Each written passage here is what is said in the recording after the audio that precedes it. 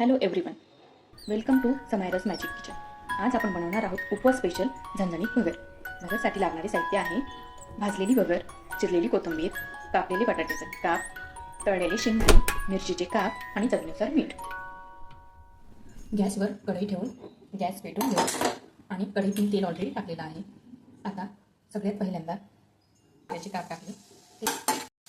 बटाटे छान परतून झाल्यावर त्यात मिरचीचे काप टाकून तेल परतून घेऊ. मिरचीचे आणि बटाट्याचे काप परतल्यावर त्यात आपण धुवून घेतलेली भगर मिक्स करून घेऊ. त्यानंतर त्यात गरम केलेलं पाणी टाकायचं गरजेनुसार आणि ते चांगलं मिक्स करून घेऊ.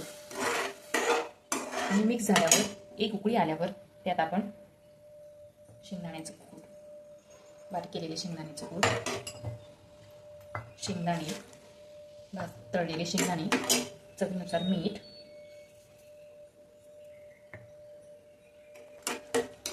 आणि मिक्स करून घेऊ. आणि एक 10 मिनिट झाकून एक वाफ काढून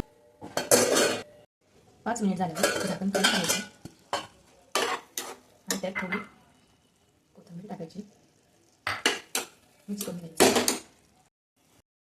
उपवासाची स्पेशल भगर रेडी आहे. नक्की ट्राय करा.